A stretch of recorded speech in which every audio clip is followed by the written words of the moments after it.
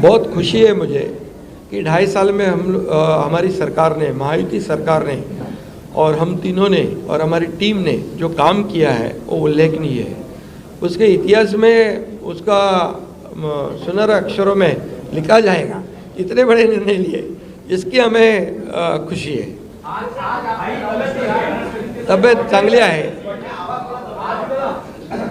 म्हणजे आवाज थोडा, अरे आता तब्येत होते चांगली ना, आता लगेच कसं जोरात बोलू।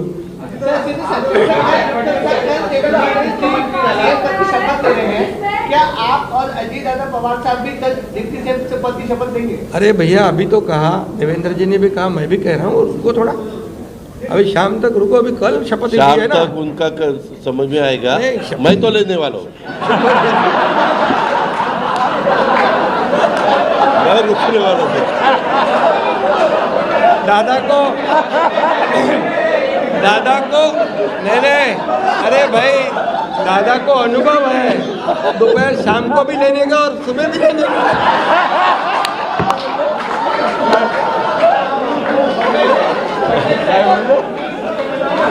परंतु ऐका, पूर्वी आम्ही सकाळी दोघांनी घेतली होती, तो हे राहून गेलेलो होता, आता पुढं 5 वर्ष आता ठेवणार आहे।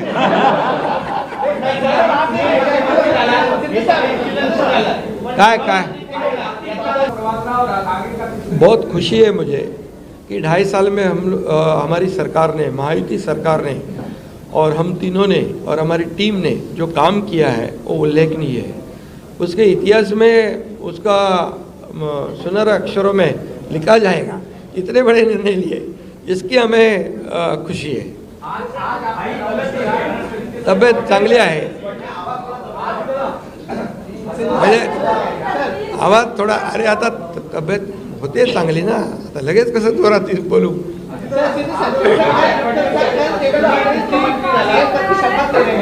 क्या आप और अजीत पवार साहब भी कल डिप्टी सीएम पद की शपथ लेंगे? अरे भैया, अभी तो कहा, देवेंद्र जी ने भी कहा, मैं भी कह रहा हूँ, रुको थोड़ा, अभी शाम तक रुको, अभी कल शपथ शाम है ना। तक उनका समझ में आएगा।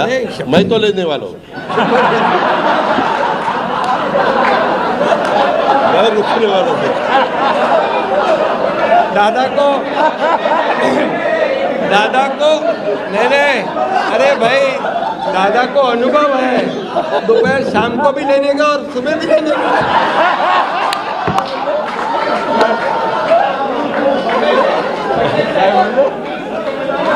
परंतु ऐका, पूर्वी आम्ही सकाळी दोघांनी घेतली होती, तो हे राहून गेलेलो होता, आता पुढं 5 वर्ष आता ठेवणार आहे।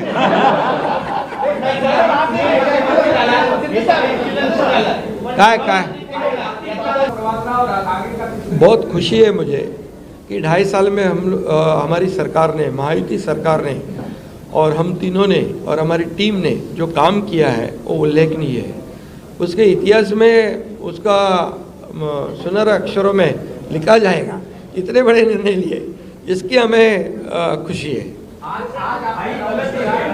तब्येत चांगली आहे। म्हणजे आवाज थोडा, अरे आता तब्येत होते चांगली ना, आता लगेच कसं जोरात बोलू।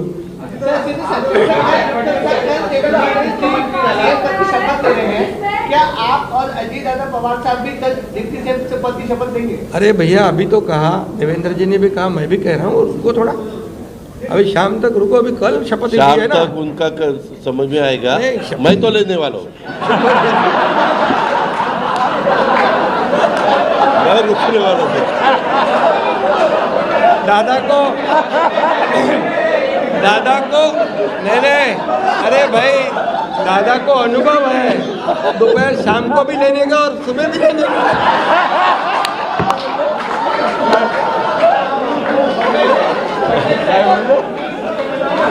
परंतु ऐका, पूर्वी आम्ही सकाळी दोघांनी घेतली होती, तो हे राहून गेलेलो होता, आता पुढं 5 वर्ष आता ठेवणार आहे।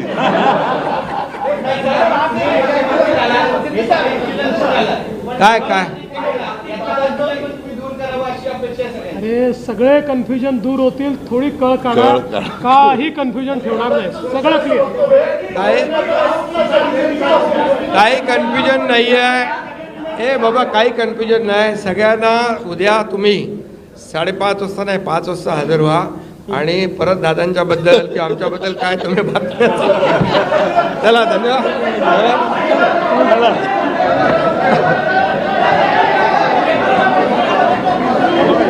फोटो आज आम्ही दिलंय आणि यापूर्वीच तुमच्या पत्रकार परिषदेमध्ये शिवसेनेचा पाठिंबा आणि पूर्ण समर्थन भारतीय जनता पक्षाच्या उमेदवारांना देवेंद्रजींना आम्ही देऊन टाकला होता.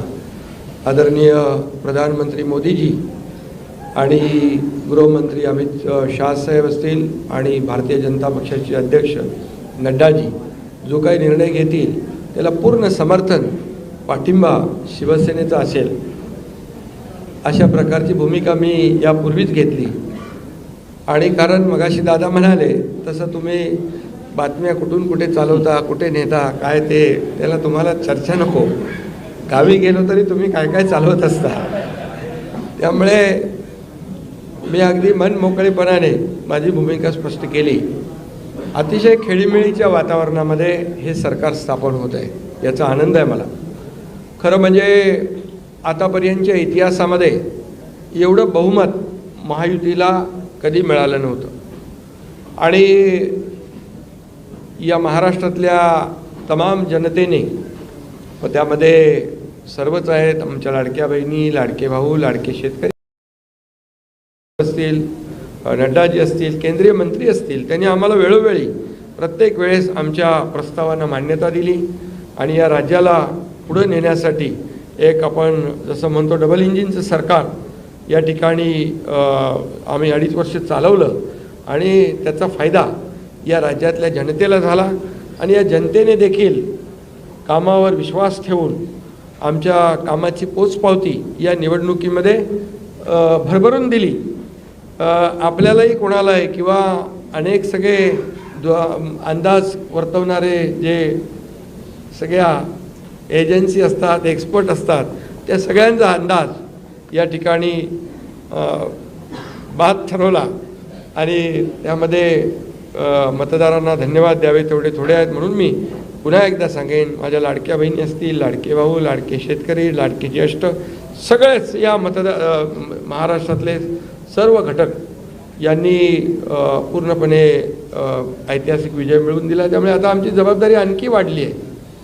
आता आम्ही टीम म्हणून देवेंद्रजींना आता पूर्वी देखील 5 वर्षाचा अनुभव आहे. त्यांचा अनुभव आम्हाला 2.5 वर्षासाठी देखील कामी आला. आता पुन्हा मुख्यमंत्री म्हणून त्यांचं नाव शिफारस करण्याची संधी मला मिळाली त्याचाही आनंद मला आहे. आणि म्हणून आमचं अगदी टीमवर्क जसं 2.5 वर्ष झालं आणि राज्यातल्या जनतेला या ठिकाणी आम्ही सहकार्य करू शकलो.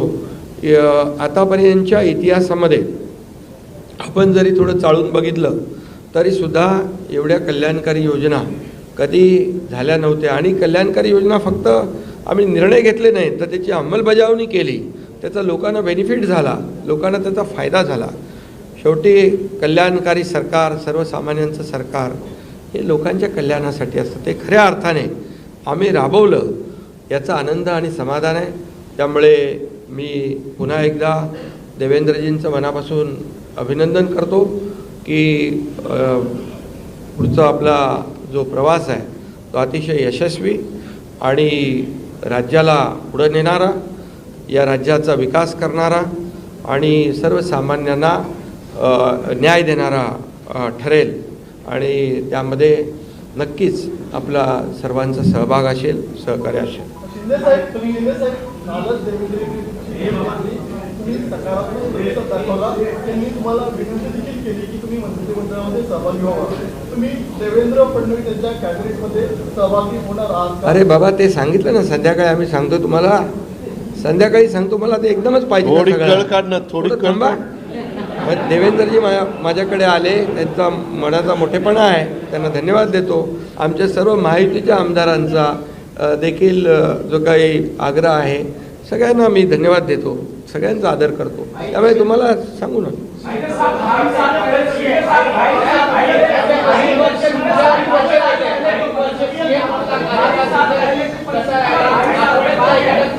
अरे बाबा, एवढी कामं केली की आठवणीतलं एक क्षण काय सांगू.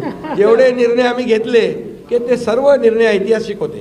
2.5 साल पहले अलग पीठ जमात पर मुख्यमंत्री बन रहे थे, सेम हॉल, आज आप अनाउंस कर रहे हैं. किस तरीके से 2.5 साल का